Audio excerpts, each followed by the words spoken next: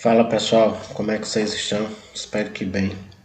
Se não, paciência, perseverança, muito estudo, muita dedicação, né? E acreditar aí na existência de um Criador que tudo rege, que as coisas vão se ajeitando, né? O tempo é senhor de todas as coisas. Então, hoje a gente vai falar um pouquinho sobre a curva de Gauss, né? Curva de Gauss ou curva de Laplace, né? Existe aí uma grande discussão, né, de quem criou o quê, né? E se eu tivesse criado, né, eu gostaria que pelo menos que fosse reconhecido. Então, na dúvida, né, e não puxando nem para um nem para outro, a gente colocou o nome dos dois aí. E também essa curva é conhecida também como curva normal, né, porque ela atende basicamente a todos, quase todos, né, tem um outro tipo de estudo que alguns fenômenos da natureza não são atendidos pela curva de Gauss, mas muito poucos, né? E o que é a curva de Gauss? A curva de Gauss é essa coisa linda que a gente está vendo aí, né? Parece uma montanhazinha, né? E sem entrar muito nos detalhes dela, vamos tentar falar para vocês de uma forma que não fique tão complicado o entendimento dela e por que isso funciona no mercado. Por que funciona no mercado, só Deus é que sabe explicar, né? E por que os fenômenos da natureza acompanham, né, a curva de Gauss, né? Também não se explica. Se explica, mas até hoje não foi explicado, né? Provavelmente mistério aí da criação, para quem acredita. Para quem não acredita, atribui a qualquer outra coisa. Enfim, né? Então, a curva de Gauss aqui, pessoal. Vamos supor não, acompanhando a figura aqui, deixa eu só pegar, acompanhando a figura aqui, ó, a gente tem esse ponto aqui, ó, de 0,1, perfeito, que é o início da cor vermelha, e a gente tem o final da cor vermelha, que é o 0,1 a partir dessa reta que divide a curva ao meio, perfeito? Que é a média. Então a gente tem um lado que é igual, e em seguida a curva chega a um pico aqui e começa a cair, formando o outro lado também igual. Essa área verde aqui, pessoal, né, ela corresponde a 68,2%. Né? Somado com as duas amarelas, a gente tem 95,4%. E somado com as vermelhas, a gente tem 99,7%, né, de todo o universo amostral. E o que vai ser isso aí? Vamos imaginar, por exemplo, a população brasileira, 200 milhões de brasileiros, 200 milhões de brasileiros. Então, eu quero, por exemplo, saber qual é a estatura média do povo brasileiro. Então, 0,1% da população, né, vai ter a menor estatura possível, vamos dizer aí, por exemplo, 40 centímetros, né, mais 0,1 para o lado positivo, para o lado direito da média da curva, a gente tem mais 0,1, que são as pessoas mais altas. Vamos dizer aqui, sei lá, 2,80 m de altura. O cara com 2,80 m de altura aqui. Então, 0,1% da população. Né? A grande maioria de nós, né, de nós brasileiros, vamos estar dentro, né, dessa área verde, que é a média. E isso corresponde a quanto? 34% para menos e 34% para mais, juntando tudo dá 68,2%. Então, por exemplo, qual a probabilidade de eu escolher uma pessoa entre 200 milhões de brasileiros e essa pessoa ter a máxima altura, a máxima estatura? 0,1%, perfeito? Qual a probabilidade de eu escolher uma pessoa entre 200 milhões e ela ter a menor estatura do povo brasileiro? 0,1%. E assim sucessivamente, 2,1, 3,6. E qual a probabilidade de eu escolher, né, de eu escolher aí uma pessoa aleatoriamente e ela está, né, dentro da média de altura do povo brasileiro? Né? A gente tem aqui, ó, 68,1%. Isso aplicado ao mercado é a mesma ideia, né? 68% das vezes o preço tende a negociar nessa região da curva, né?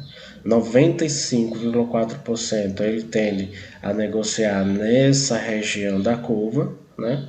E 99% das vezes ele tende a negociar nas extremidades. Então, ó, já vão pegando a sacada aí, ó.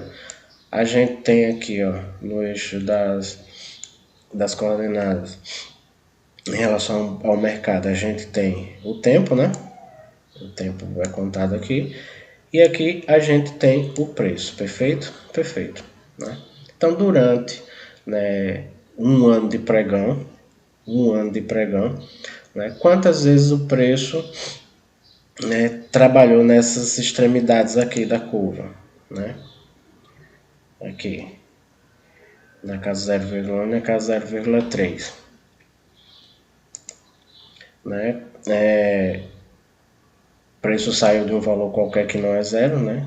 Se a gente for pensar em ações, por exemplo, né, dificilmente a empresa vai falir para isso aqui dar zero, então ela sai de algum lugar, né? E aí ela vai percorrendo ao longo do tempo aqui, ó, que vai passando, 1 ano, 2 anos, 3 anos, infinitos, né? Ela vai subindo e ganhando preço. Em algum momento, né? É claro que isso não é a linha reta em relação ao mercado, né? A gente já sabe das ondas. Em algum momento, né? O que é que ela vai fazer? Iniciar a curva de retorno. E por que isso? Só Deus é que vai saber mesmo, né? Porque os fenômenos da natureza, né, se comportam respeitando a curva de Gauss. E aí, ó, em torno de 68% das vezes, né, o preço tende a trabalhar nessa região aqui, perfeito? Nessa região aqui. E assim sucessivamente. A gente aplica isso ao mercado como? Né? Em relação ao mercado, a gente pode considerar vários pontos. Né? Deixa eu só vários pontos para fazer esses cálculos aqui, que eu quero dizer, certo, pessoal? Então, eu posso considerar fechamento, posso considerar abertura, posso considerar ajuste, posso considerar VWAP, enfim. A quantidade de elementos que eu posso considerar para fazer os cálculos da curva de Gauss são, né, todos esses que eu falei, mais alguns que vocês possam imaginar, desde que eu tenha uma infinidade, não necessariamente uma infinidade, né, mas que eu tenha muitos valores, né, para fazer todos esses cálculos, né, que essa formulazinha mostra aqui, que vai nos dar a média do fenômeno, e a partir dessa média a gente calcula esses desvios padrões aqui. Então, por exemplo, se eu for pensar na média aqui no fechamento de mercado, né, botar o Fz aqui no fechamento de mercado, então a partir do fechamento que está aqui, né, qual seria o meu sigma 1, o meu sigma menos 1, o menos 2, o menos 3, o mais 2 e o mais 3 necessariamente. E aí o que acontece? A partir do fechamento, né, a gente vai ter esses pontos, né, essas regiões de trabalho aqui do mercado. Aí vocês podem dizer, ah, mas isso é muito simples e não quer dizer nada. Epa, lembrem, né, que a gente está considerando o fechamento, mas não é o fechamento de um pregão. Não é o pregão que fechou ontem, hoje eu pego o fechamento e aplico o desvio padrão dele para encontrar os sigmas, nada disso. Né? A gente vai ter aqui no universo do fechamento, isso desde que a gente consiga dados disponíveis, né? E a B3 fornece esses dados, a gente vai ter aqui um número N muito elevado de fechamentos. Então, nos cálculos mesmos da nossa planilha, a gente considera aí mais de 100 pregões, tá? A gente dividiu o ano em 4 trimestres, e aí a gente pega os dados do fechamento de 3 meses atrás para calcular esses desvios padrões aqui, perfeito, pessoal? Então, nós vamos dar uma olhada lá na nossa planilha, vai ficar mais fácil da gente. Veja aqui, pessoal, deixa eu só olhar esse negócio aqui. Ó, a gente tá na aba curva de Gauss para o dólar, a gente tem a curva de Gauss também para o índice, né? Mas a título de exemplificação, a gente explica uma só que o raciocínio é igual para outra. Então, ó, aqui a gente está com os dados que a gente precisa para fazer os cálculos da curva de Gauss, perfeito? E que dados são esses, né? A gente tem uma abertura, máxima, mínima, fechamento, né? Como vocês podem ver, né, são muitos dados, ó. São muitos dados. São muitos dados que a gente utiliza para fazer, né, o cálculo dos pontos de desvio padrão da curva de Gauss. Aqui a gente tem, né, os dados que são necessários para fazer as contas. Veja que aqui a gente tem todos os fechamentos, né, do universo que a gente considerou que são 3 meses de pregão consecutivo, pregões, né, e ó, veja como é complexo o negócio, né. Fechamento, a gente tudo vão acompanhando no campo das fórmulas aqui, ó. Veja que a gente tudo tem fórmulas, tá? Né? A variação percentual, vejam que aqui também foi calculado para a gente não estar ocupando dado puxando de plataforma, né? Frequência, essa frequência aqui é que é importante, né? E aí a gente tem toda essa fórmula aqui para fazer o cálculo, né? Que é próprio aí em relação aos dados que a gente precisa para a curva de Gauss. A gente tem o cálculo da mediana, né? Outra variável que a gente precisa, né? O cálculo do desvio padrão, veja a fórmula aí do desvio padrão, tá? E a nossa média, perfeito?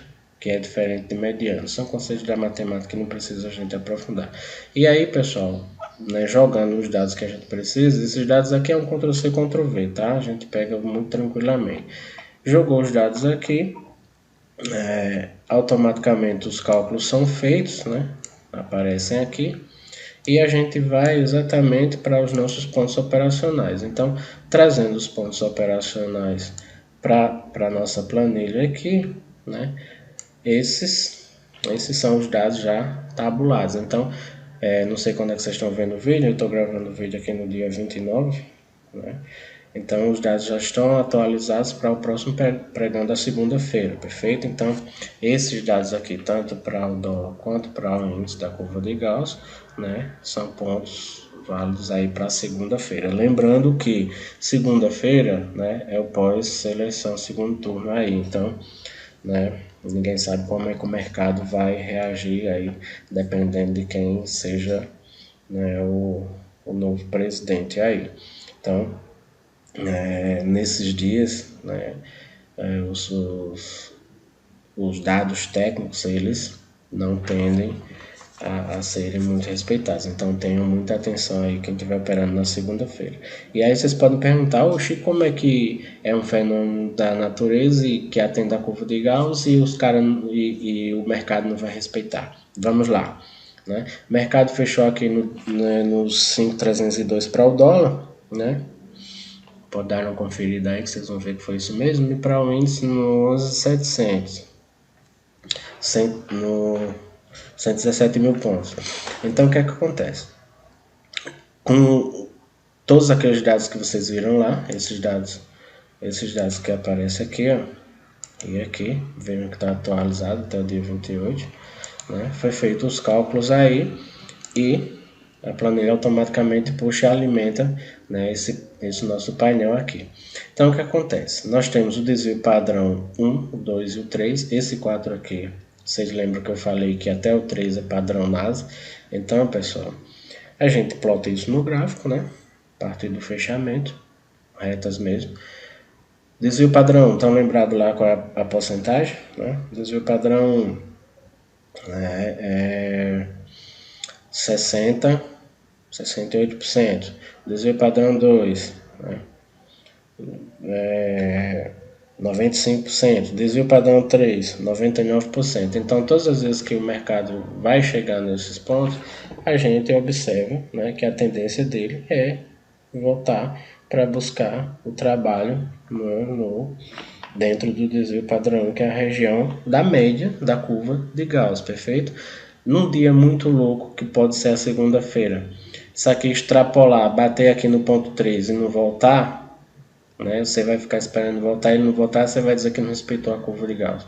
Pessoal, fica atento que todas as vezes que bater aqui, a gente está falando de quantos? De 0,1%, perfeito? Perfeito. Então a tendência de um mercado que teve um comportamento de mais de 3 meses de pregão calculado por um desvio padrão dentro a partir desse fechamento do dia anterior, mesmo que ele bata aqui ó, no desvio padrão 3, se o mercado for de alta, ou no desvio padrão 3, menos 3 para cá, se for de baixa, né, se for de baixa, mesmo que o mercado fique lá, como normalmente tem feito, no outro dia a curva tem que se efetivar, né? O outro lado do sininho tem que se efetivar. E porque tem, já falei e repito, né? Não faço a mínima ideia, né? O Criador é que tem a resposta dessas perguntas e que a gente, né?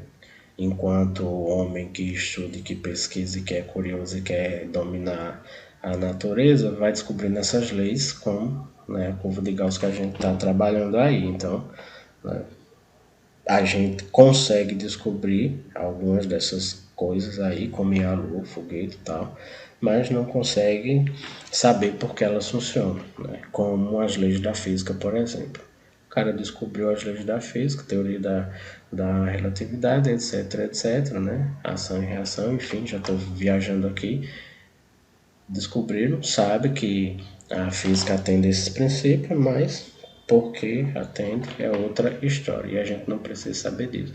A gente só precisa botar nossos pontos no gráfico, traça as nossas retazinhas lá, traça as nossas retazinhas de suporte, nossas retazinhas de resistência e observar o preço voltar, o preço tocar nelas lá, né, e ver o comportamento, se ele vai continuar para buscar o próximo nível ou se ele vai voltar. Isso aí juntando com outras ferramentas, né, a gente consegue ter uma grande análise. Perfeito, pessoal? No próximo vídeo, esse vídeo ficou um pouquinho extenso, a gente vai falar dessa outra janela aqui. Essa outra janela aqui, ela é absurdamente assertiva, pessoal. Vocês vão gostar muito de conhecer o operacional dessa tabela, perfeito? Então, é isso para o vídeo de hoje, né? Sucesso a todos, boa eleição amanhã para todos nós, né? E que seja quem for o presidente aí, né, trabalhe em função, né, do povo brasileiro aí que tanto precisa aí de líderes, né, responsáveis e éticos. Bacana, pessoal? Né, quem puder se inscrever no canal, se inscreve, dá essa força. Né? Quem puder deixar um comentário, um joinha, a gente agradece. Né? Muita novidade chegando aí no canal, muita novidade. Estou terminando uns cursos muito interessantes aí na área de programação e vai chegar coisa nova pra gente aí em relação ao mercado. Bacana, pessoal? Abraço a todos, sucesso, fiquem com Deus.